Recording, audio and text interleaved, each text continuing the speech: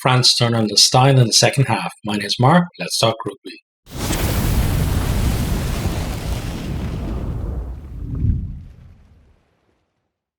Both teams with some decent attacks early on. First, Escudero seems to have scored an early try, but it's chalked off after a TMO review.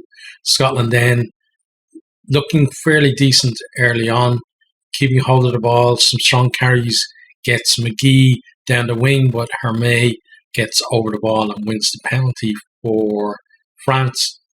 McGee then has to go off injured and is replaced by Grant. Belial gets over the ball and wins the penalty for Scotland, and they kick it into the corner, claim the line out and drive over the line, but to get held up. Come back for a penalty for Piku collapsing. Scotland go to the corner again. France get in and disrupt them all and turn it over and then kick clear. Bullard claims a kick out wide, offloads then to Laurens. Bourdin is there to take the pass and go over to score. Tremoulier misses the conversion. We're at 5-0. It was a really good break by France. They got on the edge of the Scotland defence, and then Laurens has great pace, and Bourdin just keeping up there and making sure there's an option once the last defender was taken out. Scotland then with a good kick chase, and Matheson puts some pressure on the French and they knock on. Scrum to Scotland on the edge of the 22.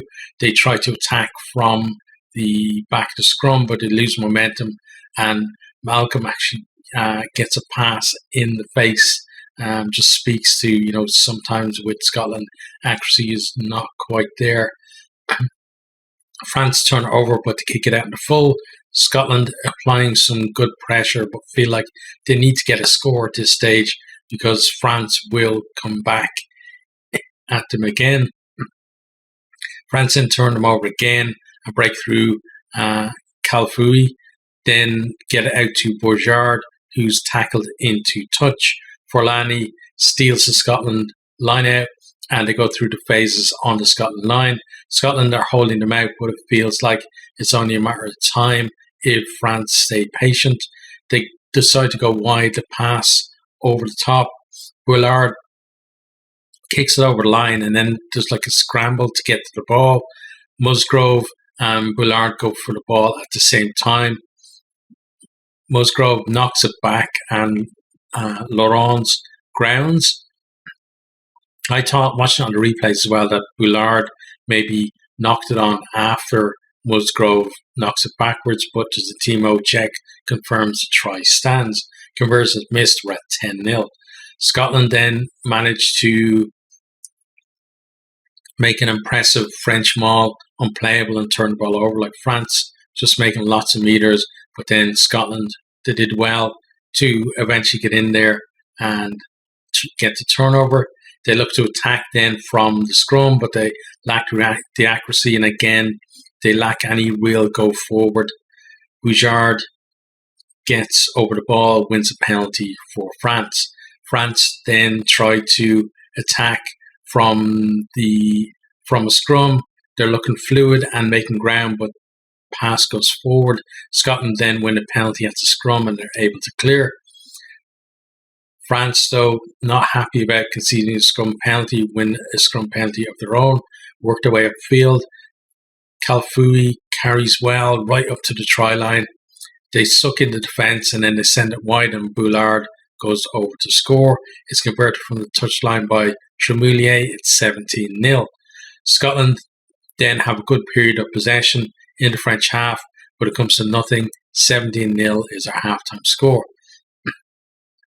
France then get the bonus point try within 5 minutes of the restart.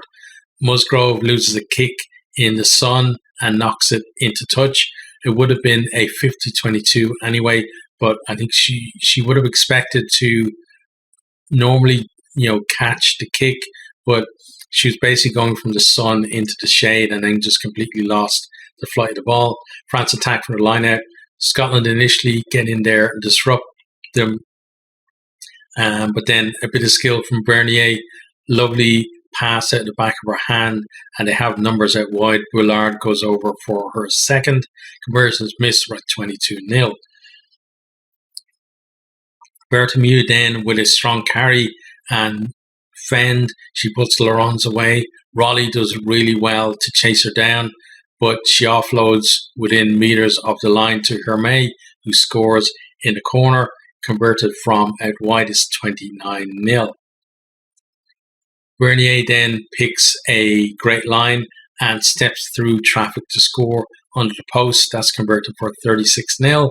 From the kickoff then, Bullard completes her hat-trick as France cuts Scotland to pieces, converted for 43-0. Just like hammer blow after hammer blow for Scotland. France then add another try as the cross kick to Marie Manager. She gathers and puts her sister Romaine over to score. Conversion is missed at 48-0. France, they're keeping Scotland in their own half. They work their way into the 22 after driving Scotland off their own ball at the scrum. We have big carries on the line. Scotland do well to hold them out. We're playing a penalty advantage to France though, but they spin it wide and Philippon scores in the corner. Converted from out wide by Arbez, we're at 55-0. We then have a long stoppage for treatment to Emma Orr, who has to leave on a stretcher. Hopefully it's not too serious for her and that she returns to play soon. She's a young player with a lot of talent and I think a big future ahead of her, so hopefully not a long layoff for her. France then almost score another when we resume, but good intervention from Raleigh prevents the score. Final score is 55-0. Let's have a look at some of the stats from the game. So possession 48% for France, 52% for Scotland, but most of Scotland's possession was in that first half. Territory then 52% to France, 48% for Scotland. I'd love to see the numbers for the second half. I don't have them available, but I'd imagine that it is a lot more skewed in France's favour for that one. Points per visit to 22, 3 for France and 0 for Scotland. France so clinical, Scotland could not take their chances at all. Turnovers 1 then, 7 for France and 5 for Scotland. Some of those French turnovers were in that period in the first half where Scotland looked like they were likely to get a score, but France just great defence and every time managed to get in there, disrupt, get over the ball, win that turnover. Line breaks then 18-3. As I said, Scotland at times looking ponderous in attack. They're very similar to Ireland in that regard, though I'd say their attack is probably better than Ireland's, but France just looks slick. Like France and England just look on it all the time in attack. Everyone knows what they're doing. It's not just a case of passing it down the line or anything like that. There's plenty of dummy runners and plenty of options as well for the ball carrier, whereas the likes of Scotland and Ireland just look like when they get it, they have to think about who they're going to pass it to, and then the person to pass to, they might pass it too low or too high for them.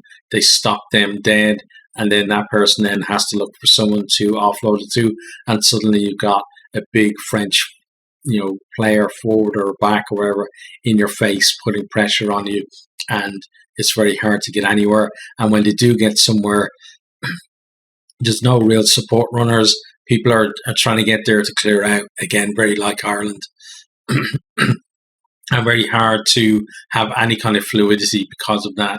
Like in commentary, they were saying like that there were some big carries and stuff from Scotland, but they were saying, oh, gets over the gain line and that. But when they were saying that, they were actually being stopped on the gain line by France, and sometimes driven backwards as well. So obviously an area for Scotland to work on. Next, then we have The scrum, 100% for France, 80% for Scotland. It went well early on. They won, penalty against the French, but then the French started really putting pressure on. 1-2 against the head, including that one where they just absolutely pushed Scotland completely off their own ball. We then have missed tackles, 11 for France and 38 for Scotland. Like those French players are just so hard to tackle.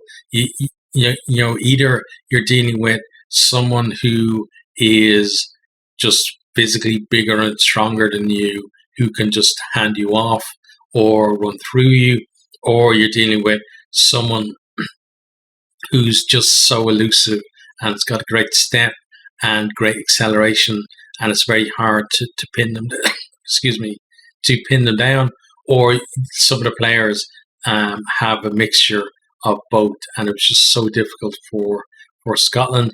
A lot of the time, they were taking, for successful tackles, especially when there was a chance of a break on, 2 or 3 of them to successfully tackle somebody. Sometimes when it was one-on-one, you were just seeing those missed tackles happening, France getting in behind, and then it just snowballed from there as Scotland tried their best to scramble. But again, the further France went with their breaks, the more support they had and less tacklers Scotland had. In terms of the two teams from here now, so France, it's 3 from 3. They have Wales next, another home game for them. Wales will be a challenge for them. I think Scotland will pretty much win that one, because we saw Wales against England where, they looked good against Ireland and Scotland, but against England, they really didn't do themselves justice. They probably want to perform a bit better against France, but again, I think this French team are just on a different level to anyone other than England at the moment in the Women's Six Nations. Scotland, they've now got Italy at home, right? And that's one that they would be targeting to try to win. I think maybe Italy have shown a bit more than them this Six Nations. Scotland are going to have to work on their fluidity in attack, obviously their tackle technique, and just working as a unit in defence, and then ball security at the breakdown as well.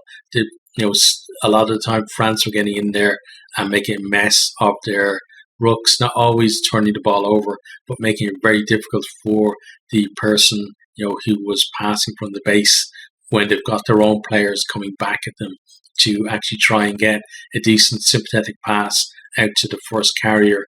And then again, this kind of stuff just snowballs. But yeah, I think Scotland will probably look to that last game at home to Ireland for a potential win in this Six Nations. But I think that they'll give Italy a game at least, and if they can maybe get ahead, they could